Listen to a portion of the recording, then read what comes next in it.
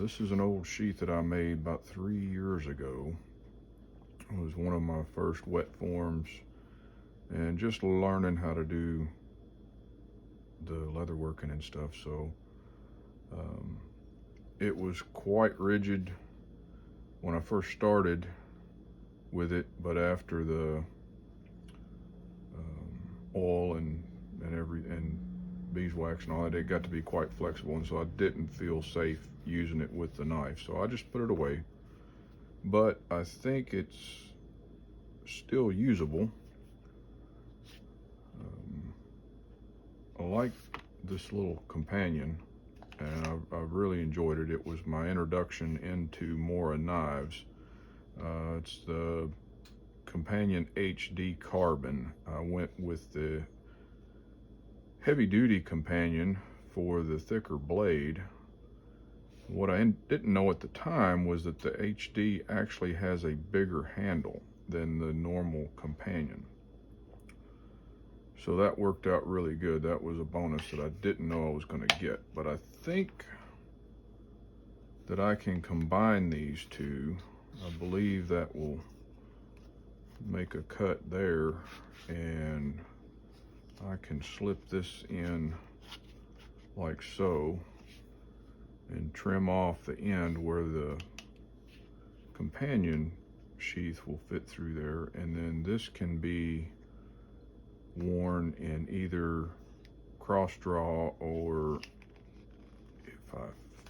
depending on which way you do it, could be worn in scout carry, maybe something like that. So it would carry in the small of the back like so.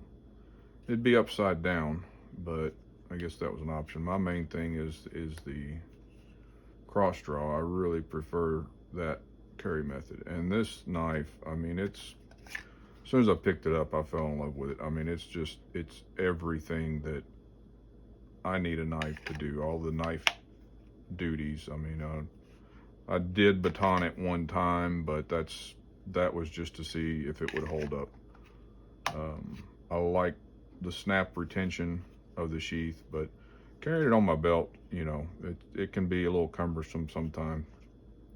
So this keeps it close into your workspace, up close to your body and things like that. So that's what I'm going to work on.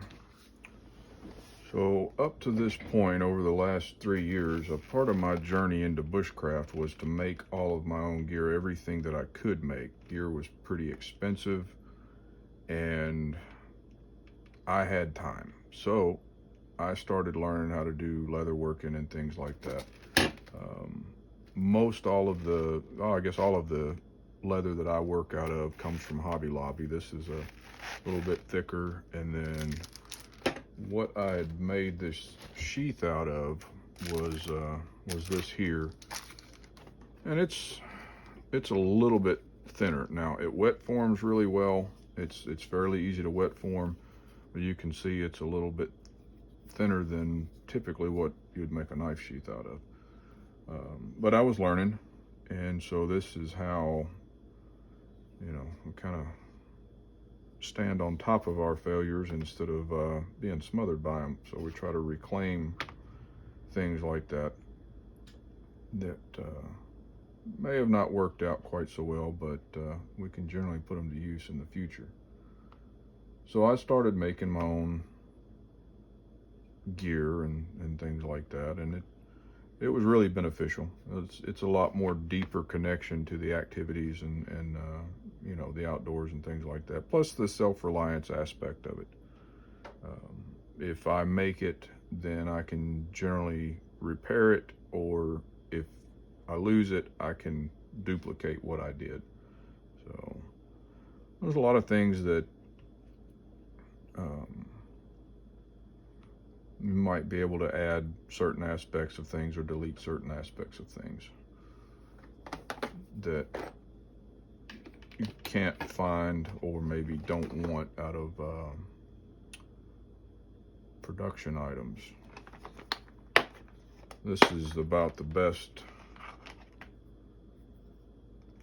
slicker for burnishing the edges that I've found. I've tried several different things, and that is quite adequate. It is done really well. And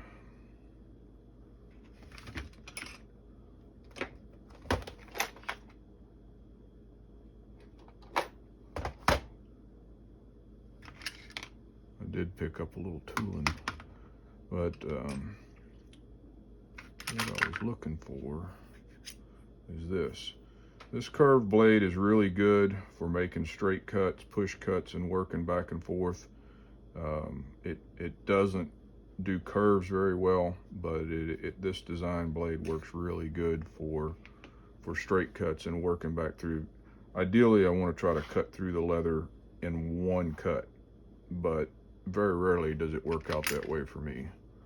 And then what I use is the sharper pointed blade for doing details.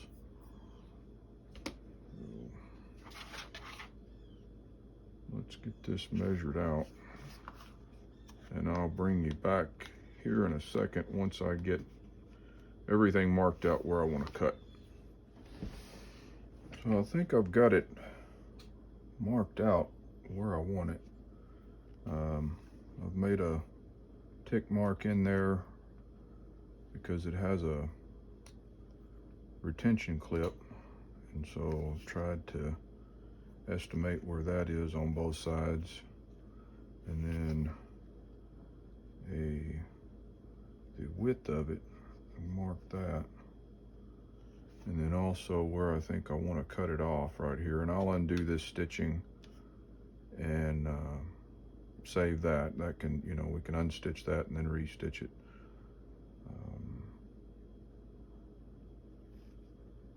And then also a mark here, because I'm going to make a cut that kind of follows this line. The rest of this from here up will stay flat. It'll probably get a welt type filler in here, and then this will just clip on, and from here down will be inside the leather so that it can be taken off and then worn on a belt maybe someday or something like that. So I do still have the pattern for this if at some point I get into making a few more, but typically I don't film what I do because I have no idea if it's going to work out or not.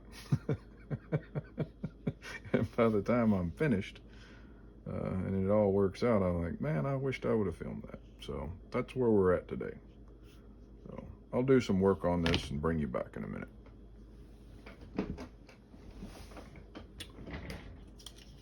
So this is the line that I've created right here, just on a little post-it note, and then transferred that. I had my 2 tick marks there, and then transferred that and just kind of traced it, lined it up where it goes. I got that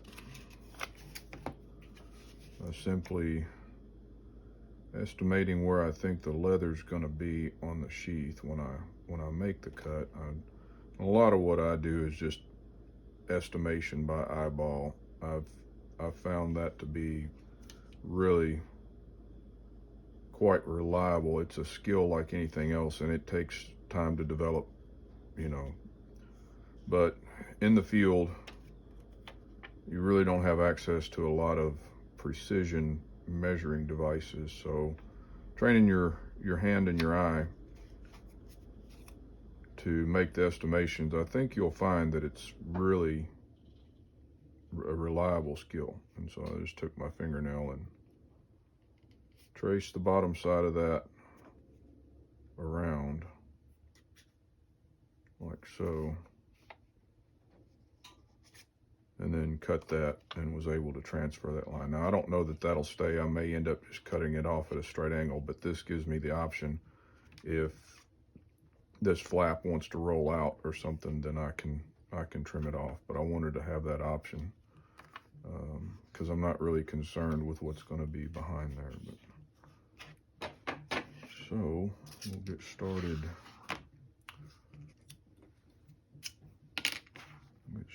Cutting this, and this is my line across here. This will continue on straight, and this will end right there at that corner.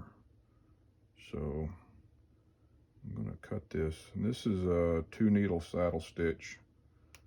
Part of the reason I prefer that stitch was because it's really strong. It's quite simple, and it covers just about anything. And the idea is that if I needed thread to repair something with the 2-needle saddle stitch, I have the potential to take out half the stitching, take out every other stitch, and use that thread to repair something else, and still have my gear hold together that I kind of cannibalized or robbed it out of. So that's why I do that. And you can see that thread there, and then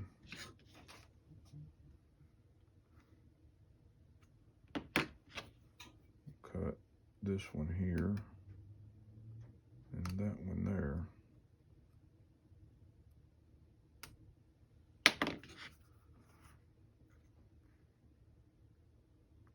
And we'll be able to cannibalize this.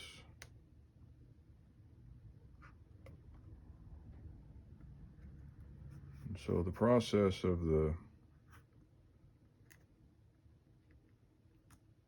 2-needle saddle stitch is you have a needle going through this way, and you have a separate needle going this way. And that's how we're going to be able to reuse the thread.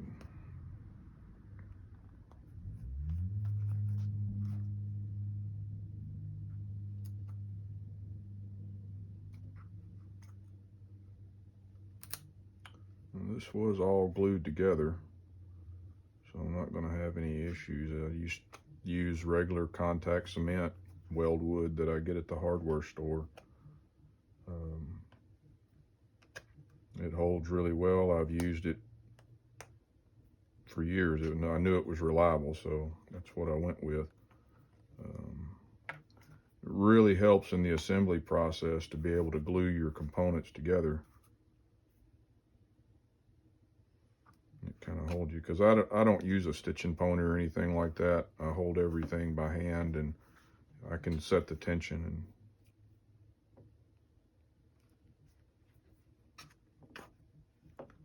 so we'll get this picked out, and we'll make our first couple of cuts and see if this is going to work.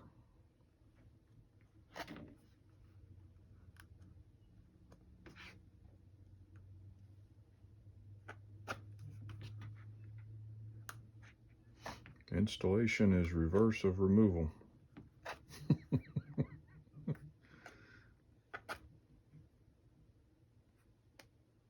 In this case, I guess removal is reverse of installation. Okay, so I've gotten the stitching removed, and you can see that each one has 2 sets of stitching. It comes out pretty easy. And I went ahead, and since it's noisy, I did it off camera. Punched the 4 holes. I had my mark here from the inside of the belt clip on the bottom and then on the top. And so that gave me 2 lines. And with the punch, I went center of that line, and then, of course, our width. So this is ready to cut, and this is ready to cut. So there again, we'll just kind of eyeball it. And this mat here is not designed to be cut on with a knife edge. It's designed to be cut on with a pizza cutter type knife. It is self-healing, so I use a regular cutting board. And we'll start right at that hole right there. And we'll draw back. Some of this is 2 layers and some of it is 3. And so this is really good for a push cut and a draw cut, like so.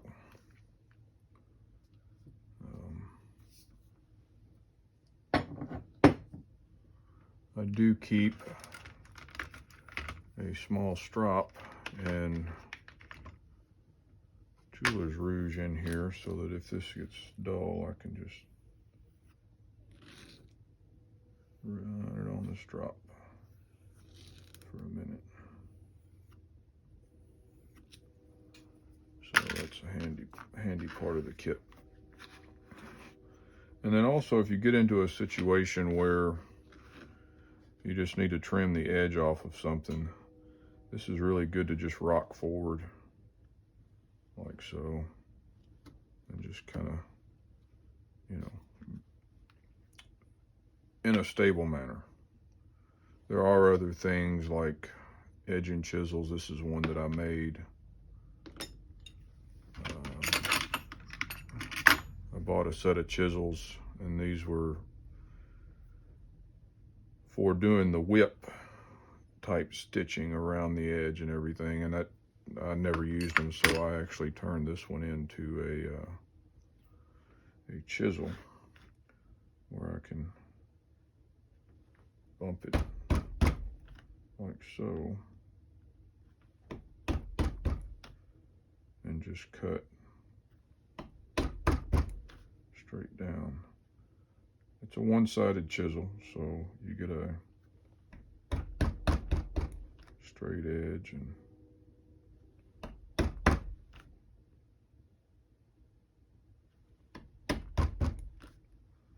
then also this, that's a little bit wide, so almost cut through.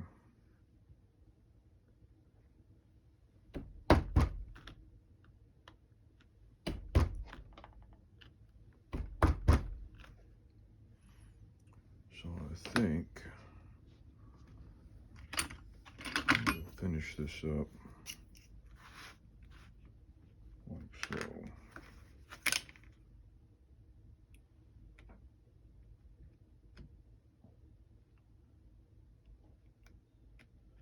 Edges that are not going to be seen,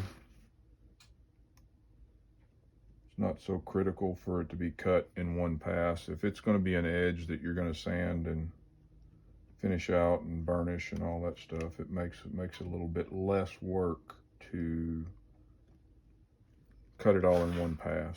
But some things it's just not possible. So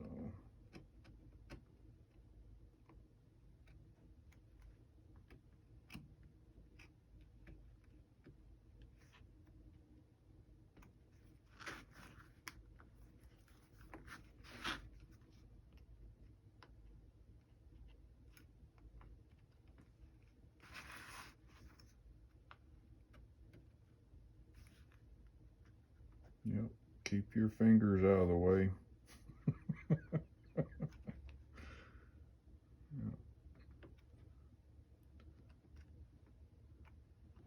It is. Sharp tools are faithful reminders.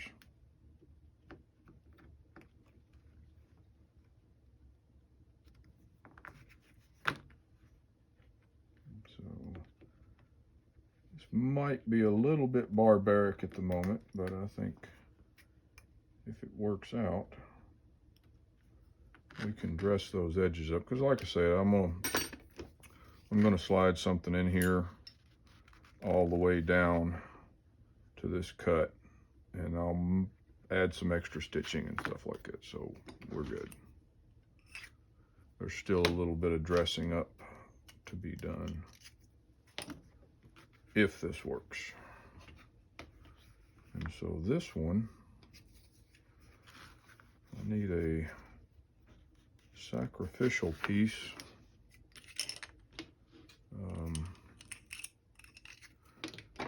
And for most things, a good pair of meat shears I have found indisposable for doing leather work.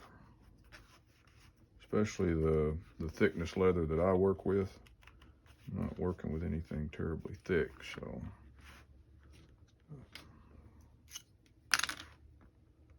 We'll start this cut right there. And there will probably be, I mean, it may form right up.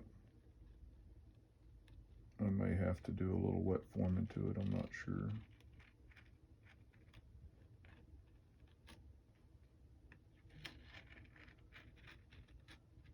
This is an experiment from the word go.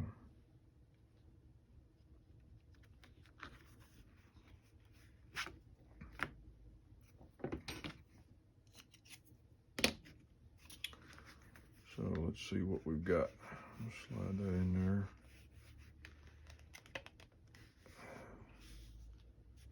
It's a little snug, but I believe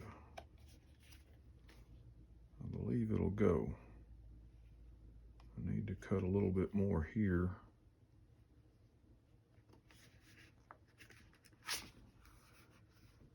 And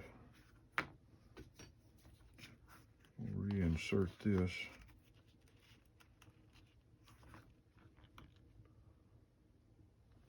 And I think I'm going to do that.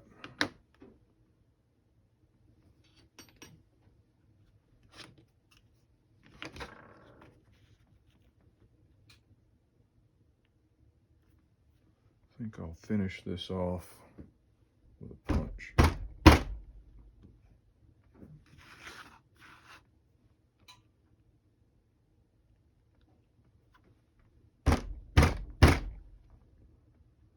Yeah, that's not going to quite get it. Let me pause it. I'll bring you right back. Okay, paused it because it was going to be a little loud. This is my maul made from genuine Tennessee hickory. Had it about as long as I've been doing the leather working. Just a regular punch, and if you tap the punch with the maul, pretty much the weight of the maul does the work. You don't really have to hit raw. You just release and let it fall. But when you're getting close, if you try to twist the punch, you know, tap and twist and tap and twist, it will let you know when you're through. So a lot of times it's hard to tell when you've gone through the leather. You pull your punch out and there's still a plug there. So what I do is I tap and then twist and it pulls the plug out. And so that's what we're left with. Now this may just work out. I don't want to force it in there too far because I may not be able to get it back out. I don't know.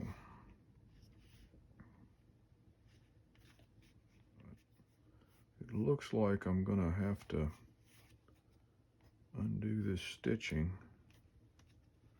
back up to here. So we'll see. That stitching looks like it runs down right down the inside of the welt. And if that doesn't give us enough room, then I'll wet this down. And see, we're real close.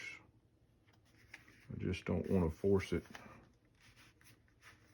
But yeah, I definitely like that thumb ramp on there. And that little knife will do just about anything you need to do, or I need to do anyways. I generally don't ask extraordinary things from my knives. I only ask them to perform knife duties. I generally don't ask them to perform chopping duties. I'll find another way. That edge is pretty precious to me. But anyway, I'll figure this out. And so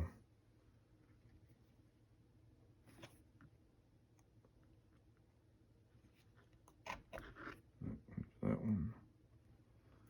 One of the things about a 2-needle saddle stitch is once in a while, when this one goes through the hole, when you're putting this needle through here, you'll pierce, or I have anyways, pierce this other thread. It's ideally to go directly beside it, but if by chance you do pierce that, it's not the end of the world. I mean, it locks it in.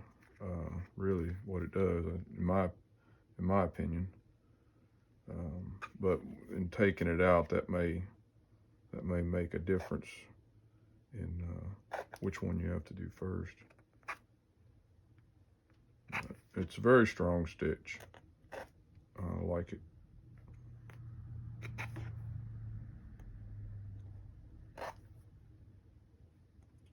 And when I get ready to restitch this, I'll show you how I keep my stitches straight. It's really not complicated, but in case I forget, it really doesn't matter which you start with.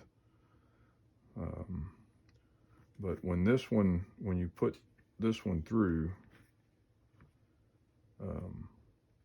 always keep it on the same side of the other, on the opposite thread. If you start out with this one going through, I usually pull it down below because it's easy for me to hold it with this hand. And so that keeps this thread on top, and it creates the same repetition down through there. So pull this one through and underneath, and then I'm able to hold it while I put the other one through there. But I'll show you that. That's just in case I forget, which is highly likely.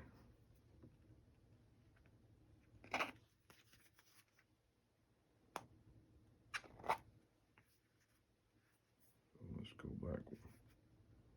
go back one more. And I generally don't tie any knots. I have in the past tied knots, but typically I just back stitch. I'll go forward and then come back 3 or 4 stitches, and it's always held. I mean, I use this, made my own gear and used it for several years now, and it's always held up. That might have made the difference.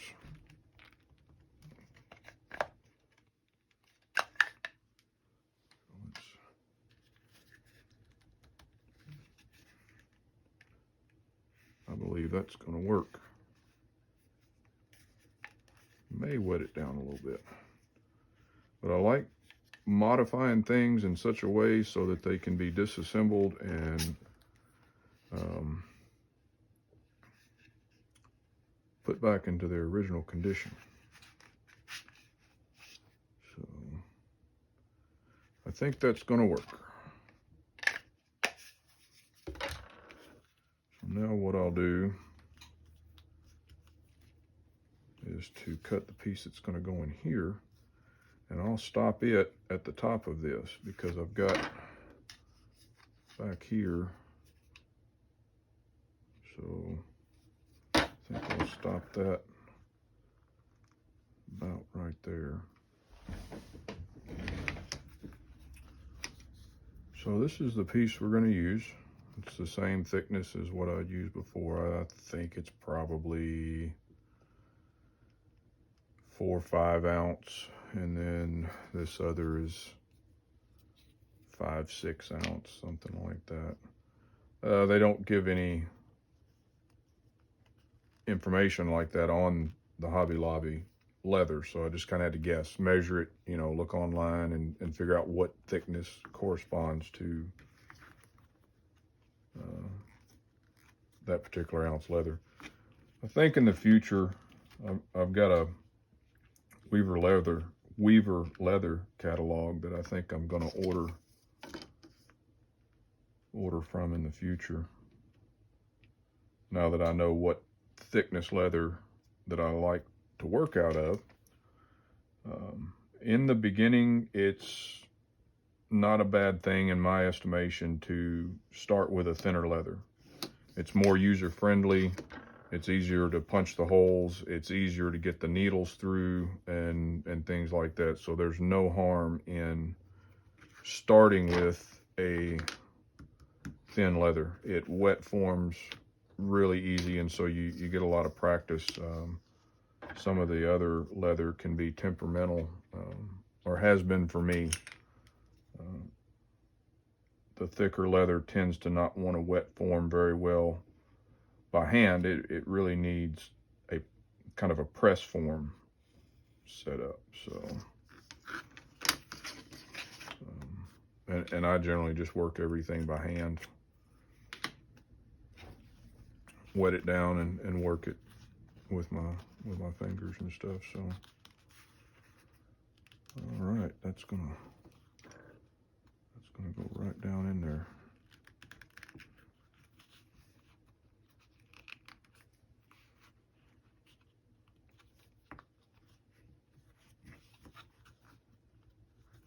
I'm gonna try to get that down in there. I may have to trim it a little bit more. Didn't want to, but unfortunately, like anything else, it's easier to take off a 1/4 inch than it is just a sliver. Takes a little bit more finesse. Taking off a larger amount is easier than shaving a fraction off of it. So, but that's what we got to do. Okay, have that worked in there. Just gonna fill that gap and everything. And so now we need to run a row of stitching. And there again, I just kind of eyeball it. There's things that I do, you know, that I know there's stitching guides and stitching groovers and things of that nature. The stitching groover grooving tool could be very useful for certain projects. It's just not applicable to what I do. So a lot of times I just use a pencil and an edge and make my mark with, you know, my finger, just kind of pin it and run it around.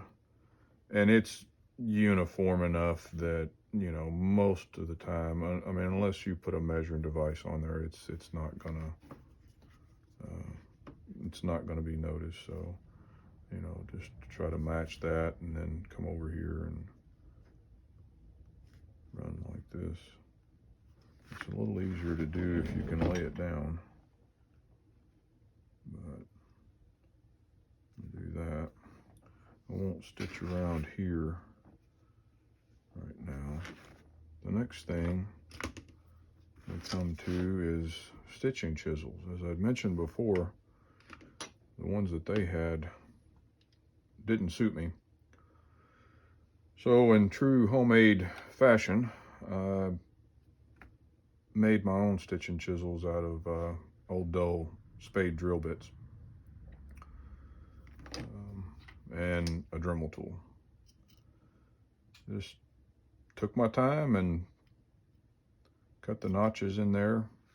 And you can see they're kind of tapered. But and this one, you can tell it used to be. But that was part of my journey as well. Just figuring out what I wanted and not only making the material, but making not only making the items, but making the things that I needed to make the gear.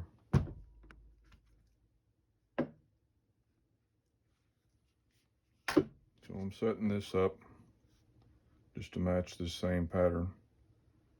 I've got that there. That marks my first set of holes.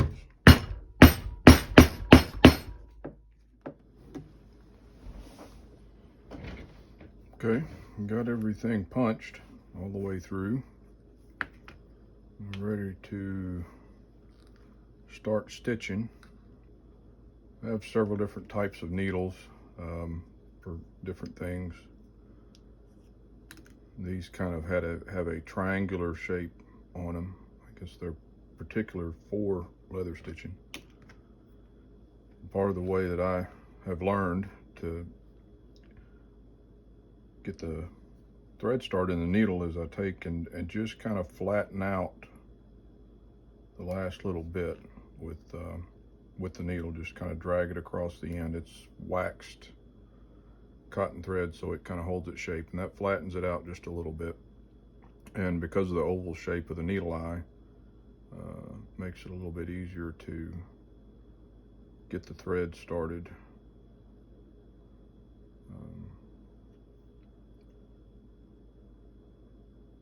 I try to use the smallest needle possible, and so there you get a little bit of wax, just because I'm using such a small needle. But I really do try to use the smallest needle possible. Makes it easier to get through the holes, and I don't have to punch such a big hole. A lot of times, if you're doing a large project, the holes will actually close up, especially if you leave it overnight. The holes will kind of close up on you. So I've got a couple of different options to try to reopen the hole. This is just a little punch that I made to try to get in there and wallow it out, and just a piece of dowel rod with a hole drilled in the end of it, and a needle that I broke. So start out like this, and sometimes a pair of pliers helps quite a bit. This is just waxed cotton thread that I got from Walmart. And so when I start out, I'll pull this back and hold it, and then I can pass the other needle through like so, and then I can set the tension on each stitch, and it's pretty time consuming. It takes a while, but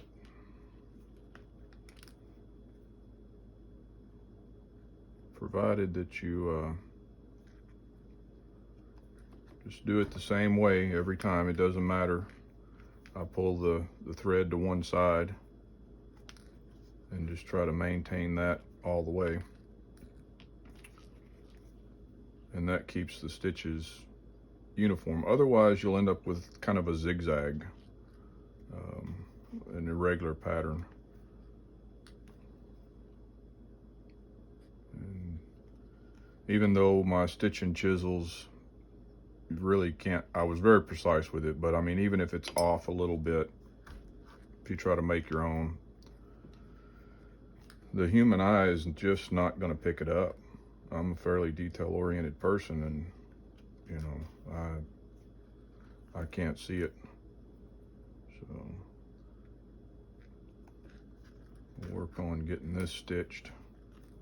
And I guess if you had a stitching pony, it might help a little bit, but the projects that I work on are fairly small, so I've never made one.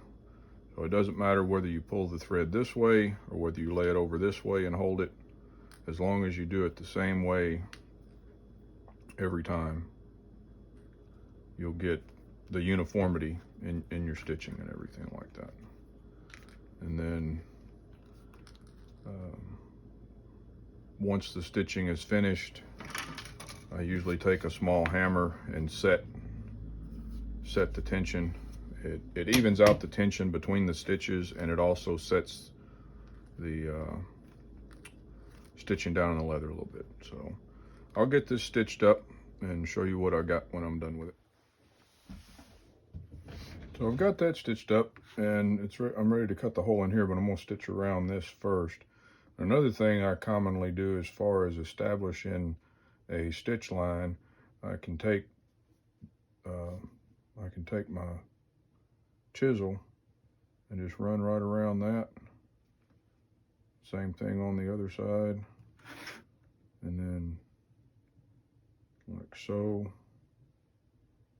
like so. And that just gives me a general line to go by. Doesn't really do any damage to the leather or anything like that. And then I can just set my chisel up there, my stitching chisel, and do that. But I'll spare you that noise. Okay, here's where we're at. Got everything stitched up. Went around the hole there and got it cut out for the belt clip. And so I really need to kind of edge this. These are some square edges, and it'll roll back if I don't edge it. So this is my edger that I made from a bent screwdriver. Same thing with the Dremel tool. Cut a notch on the bottom and one on the top. And then I can sharpen it on my little strop. So oftentimes the tools that we need are laying right in front of us. They just may not be in the form that we're looking for. So it works just fine. This thing's pretty old. I think it was some of either my early days when Stanley was made in the USA, or it was a hand-me-down, something like that. I do actually still have the Phillips that goes with it, the Phillips screwdriver. It's still in good shape. But this one I was pry with something, and I, broke the tip, so it became my leather edging tool, and it has worked good for everything that I've done. I don't get into, production runs and stuff like that. This was all a personal journey. It was something that I wanted to do. It was therapeutic, occupational therapy. And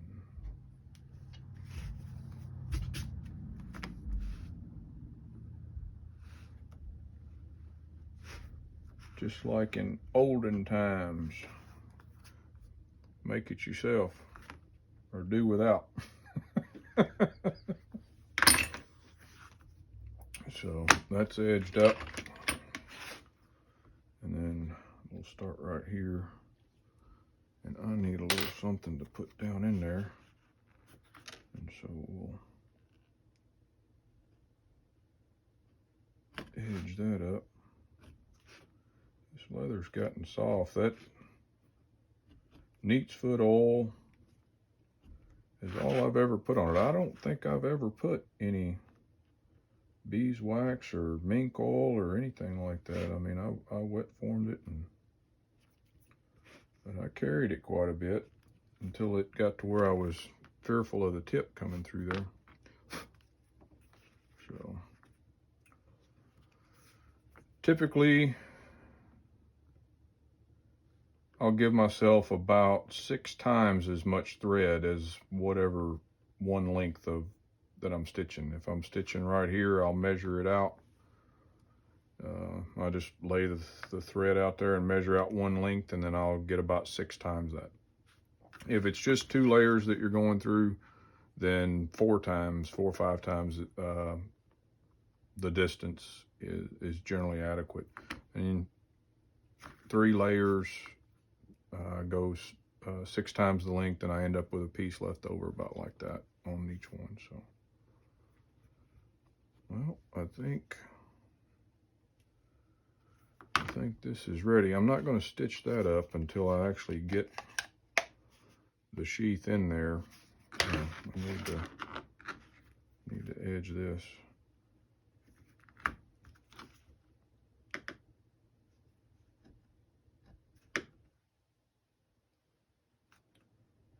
This is also how I edge chrome tan leather. This is veg tan, but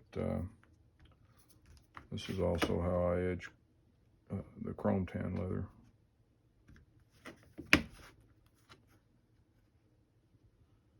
Which is a little bit of an effort. It's so pliable, so soft and pliable, that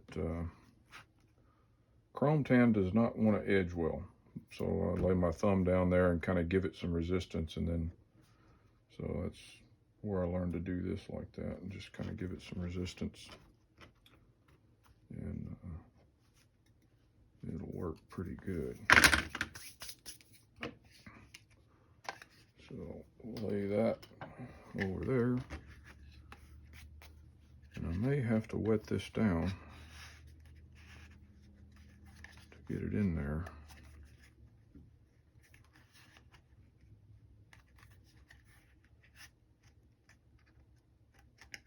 But maybe not. I'll wait and stitch that after it's in there. This is a one-way trip, and it is almost there. So I'll hook this and try to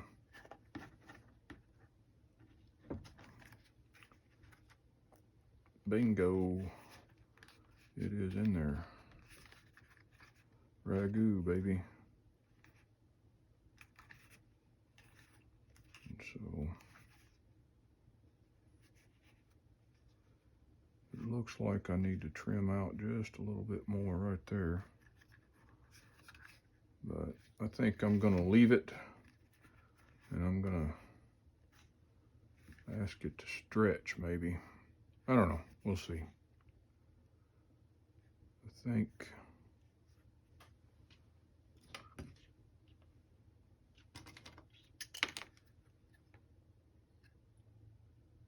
I trim that right there. It's got some tension on it. It trims pretty easy.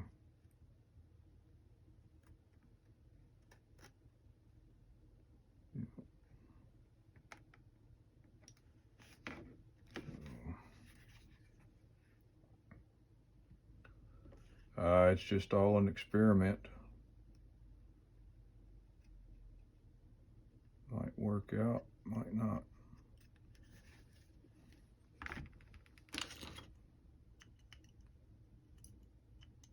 But anyway, success or failure, either way, it's you'd have to cut it out of there. I don't know that it'd ever come out. So, we'll see. I'll try it on, see how it works. But I like that so far. And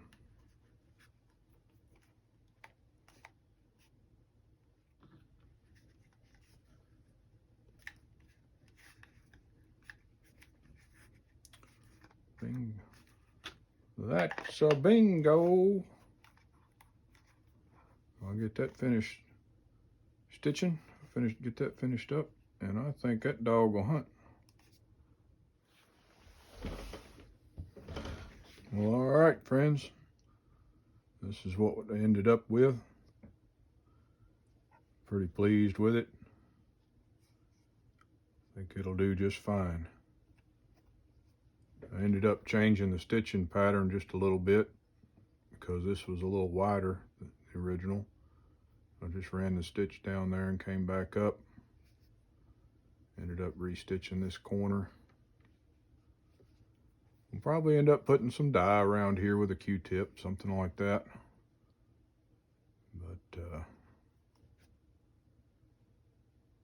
I think it'll work, and if it don't, then we'll get some practice in leather repair. But anyway, thanks for watching. Hopefully there's a tidbit or two or something that'll help you out on some of your projects. I hope that you will be well, and be prosperous, and be free.